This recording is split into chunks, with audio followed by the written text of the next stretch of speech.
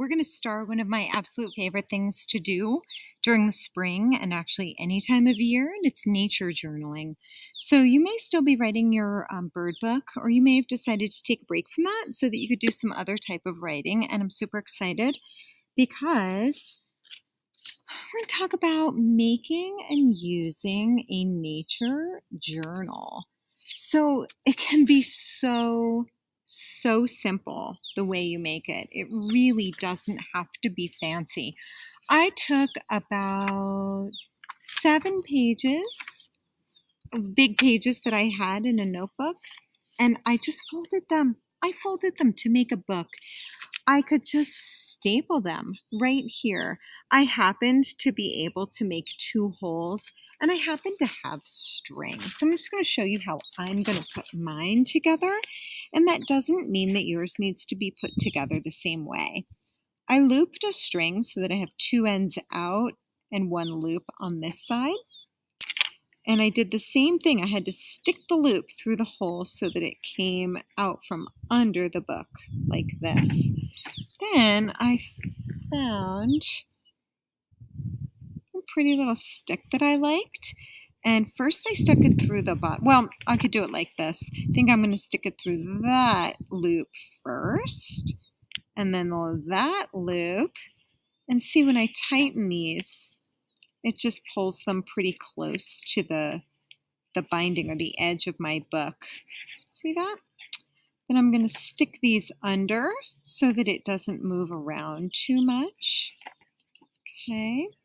And maybe twirl them around even again to secure my stick onto that binding. I want it pretty secure because I'm planning on taking this nature journal with me on some adventures. Nature journals are not meant to stay clean. They are meant to be taken with you on hikes, while birding, while doing some adventures. Okay, so I tied it like that, and that's just one way that you could do it. You might have made one on our field day on Friday. And today I'm just going to show you some ideas for how to use it. So it says Nature Journal, and I drew a little picture, a little diagram on the front. So there are some symbols that we're going to use when we do nature journaling. So in my very first page, I just made a key of the symbols that I'm going to use. Okay, and these are really important. So when I go out and I go looking in nature and I look for things that are interesting to me, I'm going to think about doing or thinking a thought that is an I notice.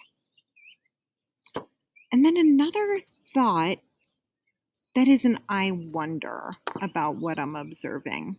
Okay, sometimes I'm going to make a note about how it feels. So nature journaling is really about looking very closely at something. And by looking, I don't just mean with your eyes. Looking can also be just another word for observing. So maybe I'm noticing how it feels. Maybe I'm noticing how it smells. Maybe I'm noticing how it sounds. So really just making observations and keeping track of those with writing and words. So I'm going to use writing and words to keep track of what I see in nature. So when you do a nature journal, I'm not sure if you really noticed. Let me go back for just a second. When I said I notice, I have an eyeball. That means I notice. I have a question mark in a circle that means I wonder. And I have a little hand picture that means how it feels. Okay.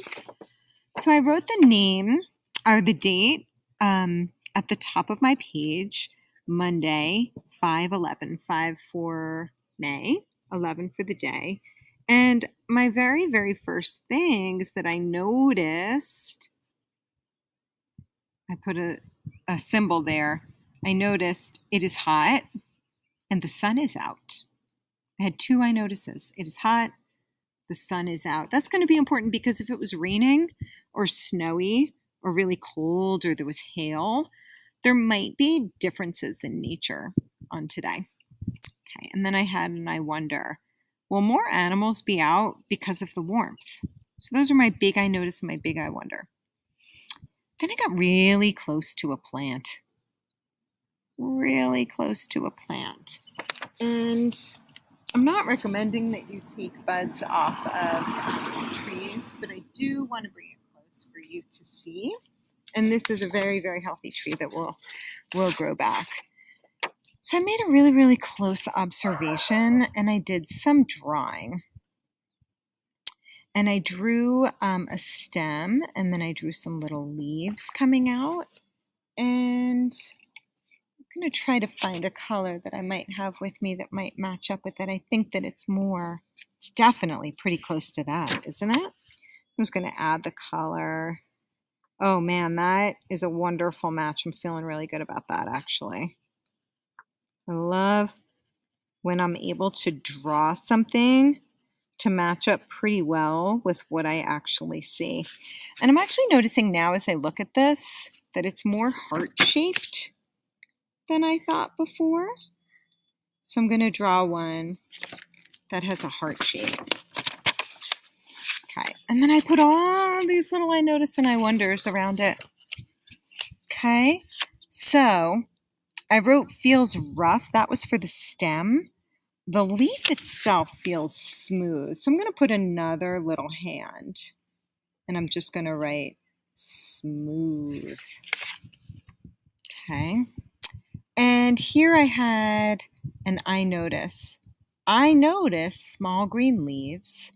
This is what I wonder. How big will they get? I also wonder, how did they start? What type of start were they? Because I kind of missed observing that day or those days. And I didn't get a really exact look at how those looked before. Do you know? Were they? I admired them, and it looked like buds. They looked like buds. Kind of folded up leaves in a tight little bud. So I didn't get to see it those days. Here I also noticed something else. I have a little tiny eyeball and said, a tiny black bug. And here I did an I wonder about the bug. When was it born? Sometimes I wonder about bugs. Some of them are born and die all in just one day. So when I see a little ant or a bug, I kind of wonder, when was it born? How long has it been alive? Not sure. And then here I had another I wonder about my leaves, and I kind of pointed by the leaves. Why are the edges curly? Why are those edges curly? And so when I do my nature journal, it's really not about answering all of those questions on just today. It's about noticing and wondering and using our drawing and our writing to keep track of the changes that we observe in nature every day. And that doesn't mean I have to come exactly to this spot. I mean, tomorrow is a field day, or that was actually last week, but because I'm making this video on Friday, to be honest with you. On Thursday, I mean, to be honest with you. But I could take this with me and put the date at the top of my next page and draw something that catches my attention and just make some observations and wonder about it and write some sentences to keep track of what I see. Okay, so we're just going to start with these and they'll grow and we will continue to use them and hopefully use them every day. Okay.